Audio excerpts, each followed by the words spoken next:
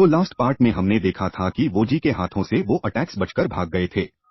दूसरी तरफ जैन और लिनकिन पर एक लेवल 7 वाले बीस ने हमला कर दिया था, लेकिन बाद में वो बीस अपने ह्यूमन फॉर्म में आ जाता है, जिसके कारण उसकी पावर लेवल 8 वाली 20 के बराबर हो गई थी।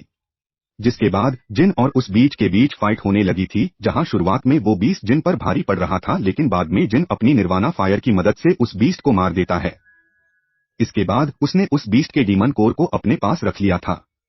साथ ही रात को जैन वहां से कुछ दूरी पर है, जैसे उसने पिछली रात ये लो स्प्रिंग वैली के बाहर देखा था। अब आ गई तो इस पार्ट की शुरुआत में हम देखते हैं कि जिन उसी फॉक्स को देख रहा था, तभी वो फॉक्स वहां से भागते हुए जाने लगती है। जिसको देख जिन भी उसके पीछे भागता है। जहां कुछ देर बाद वो फॉक्स भागते भागते एक खाई के पास आकर रुक जाती है, तभी वहां जिन भी आ जाता है, जो कि उस बॉक्स को देखकर कहने लगता है कि अब तुम यहां से बचकर कहां जाओगी। तो उसी वक्त वो 20 जिन को कुछ इशारा करने लगती, जिसे देखकर जैन उससे पूछता है कि कहीं तो मुझे यहाँ तक भगाकर इसलिए तो नहीं लाया क्योंकि तुम चाहते हो कि मैं होली कॉफिन को ढूंढूं। जिस पर वो 20 हाँ मैं अपना सर हिलाते हुए जिन को अपने पास बुलाती है। तो ये सुनकर जिन उसकी तरफ जाने लगता है, लेकिन उसी वक्त मास्टर ली का दिया हुआ जेट जैन को होश में ला देता है, क्योंकि वो अब तक एक इल्यूशन में फंसा हुआ था। इसके बाद वो फॉक्स भी वहां से गायब हो जाती है। तभी जिन पर कोई हमला कर देता है, लेकिन वो सही समय पर होश में आ जाने के कारण उस अटैक को डॉट्स कर लेता है। उसी वक्त वहां एक बंदा उस फॉक्स के साथ आ जाता है, जिसे देख जैन कहने लगता है कि मैं इस बीज को पकाकर खा जाऊंगा। साथ ही वो उस बंदे से उसके बारे में पूछते हुए कहता है कि आखिर तुम मुझे यहाँ धोखे से लेकर क्यों आए हो। तो ये सुनकर वो बंदा जिनसे पूछता है कि तुम्हारे पास बोन बेल कहाँ से आई, जिसको सुन जिन चौंकते हुए कहने लगता है कि तुम्हें इस बारे में कैसे पता चला। साथ ही वो उससे पूछता है कि क्या तुम्हें ये लो स्प्रिंग वैली के गार्जियन हो, जिस पर वो बंदा कहने लगता है कि वो जीवन में बार बार इन विच टेरिटोरी के हर रिसोर्स को लूट लिया है और अब बस इसी प्लेस पर स्पिरिचुअल एनर्जी मौजूद है, इसलिए मैं किसी भी कीमत पर तुम लोगों को ये प्लेस डिस्ट्रॉय नहीं करने दूंगा। अब वो इतना कहकर जिन पर हमला कर देता है, लेकिन जिन उसके अटैक से बच जाता है। इसके बाद वो दोनों काफी तेजी से फ्लाई करते हुए लड़ने लगते हैं, जहां वो बंदा जिनसे कह रहा था कि वो बोन बेल हमें वापस कर दो। साथ ही वो जिन पर पीछे से हमला करता है, लेकिन उसका मिरा ट्रेजर अपने आप बाहर आकर उसके अटैक को रोक लेता है। इसके बाद वो बंदा गुस्से में एक बहुत पावरफुल अटैक रेडी करने निर्वाणा फाइल को निकालकर जिन उसके अटैक को रोकने के लिए रेडी हो जाता है, और जब वो बंदा जन पर हमला करता है, तो वो अपनी फायर की मदद से उसके अटैक को डिस्ट्रॉय कर देता है, लेकिन उन दोनों के अटैक टकराने के कारण वह आसपास की जगह तबाह हो जाती है। तभी जिन्हें अपने मन में सोचने लगता है कि इस फोरबिडन लैंड में यहाँ के गार्डन के साथ फाइट करना थोड़ा मुश्किल है। उसी वक्त वो देखता है कि वो बंदा वहां से गायब हो चुका है। तभी वो बंदा कहता है कि मैंने नहीं सोचा था कि तुम्हारे पास डिवाइन सोर्स मौजूद होगा।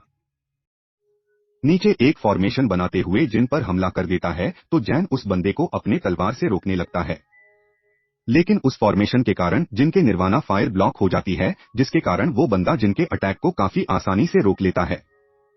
इसके बाद वो एक पावरफुल अटैक जिन पर करता है, लेकिन तभी बोन बेल बाहर आकर उस बंदे को दूर फेंक देता है। तो ये देखकर कि उस बोरबेल ने खुद जिन को प्रोटेक्ट किया है, वो बंदा घबराते हुए कहने लगता है कि ये तो लॉर्ड ऑफ विच इसकी बेल है, इसलिए मैं माफी चाहता हूँ लॉर्ड को हर्ट करने के लिए। तभी जिन उस बंदे से होली कॉफिन के बारे में पूछता है, जिस पर वो बंदा उससे कहता है कि तुम्हें मैपर ट्री को ढूंढना होगा। साथ ही वो कहता है कि लॉर्ड ऑफ विच इसको जिंदा होना ही होगा। अब वो अपनी फीनिक्स वाले फॉर्म में आकर वहां से चला जाता है। तो ये देखकर जैन कहता है कि इसने तो मुझे बताया ही नहीं कि वो मैं पटरी कहाँ मिलेगा। उसी वक्त वहां भूसी भी आ जाती है, जिसे देख जैन कहने लगता है कि मुझे पता था तुम यहाँ काफी देर से मौजूद थी, तो आखिर जब मैं उस गार्डन से फाइट कर रहा था तो तुमने बाहर आकर मेरी एसबीआई वो भी उससे कहती है कि बात को बदलने की कोशिश मत करो, क्योंकि मैंने देख लिया है कि तुम्हारे पास बोन बेल है। इसका मतलब तुम बारबेरियन विच के डिसेंट हो। साथ ही वो उसे कहती है कि वो जी वर्ल्ड के सामने तुम कुछ भी नहीं हो, इसलिए बेहतर यही होगा कि तुम होली कॉफिन को पाने का सपना भूल जाओ। जिस पर जिन कहता है कि मेरे लिए होली को फन बहुत ज्यादा जरूरी है, इसलिए चाहे एनिमी कितने भी खतरनाक क्यों ना हो, मैं बिना कोशिश किए हार नहीं मानूंगा। तो ये सुनकर वो उसी कहने लगती है कि मैंने बहुतों को देखा है, जब उनका सपना टूट जाता है तो उनकी हालत बहुत बुरी हो जाती है।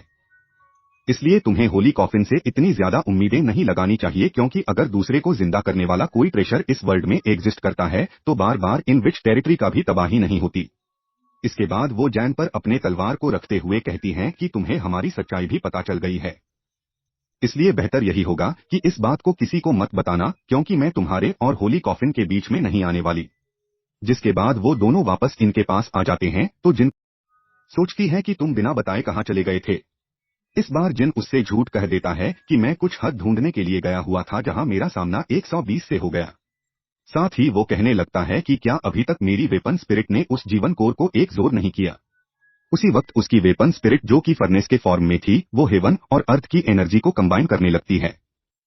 इसके कारण वो उस डीमन कोर को एब्जॉर्ब कर लेती है। इसके बाद वह अपनी फॉर्म में आते हुए कहने लगती है कि इस डेमन कोर को एक जोर करने के बाद ऐसा लग रहा है कि मेरी बॉडी के अंदर थोड़ा चेंज पावर बहुत ज्यादा बढ़ गई है, जिसको देख लेकिन कहने लगती है कि तुम्हारी बॉडी तो इवॉल्व होने के कारण थोड़ी चेंज हो गई है। इसके बाद वो सब बैठकर आराम करने लगते हैं, जहां जिनकी वेपन स्पिरिट कह रही थी कि यहाँ का गार्जियन और वो फैंटम फॉक्स दोनों बोन बेल के और आपको महसूस कर सकते हैं, तो शायद इस बात का फायदा उठाकर हम होली कॉफिन तक पहुंच सकते हैं, जिस पर जिन उससे कहते हैं कि वो बंदा बाहरी दुनिया के लोगों से नफरत करता है, इसलिए उसका भरोसा जीतना बहुत मुश्किल है।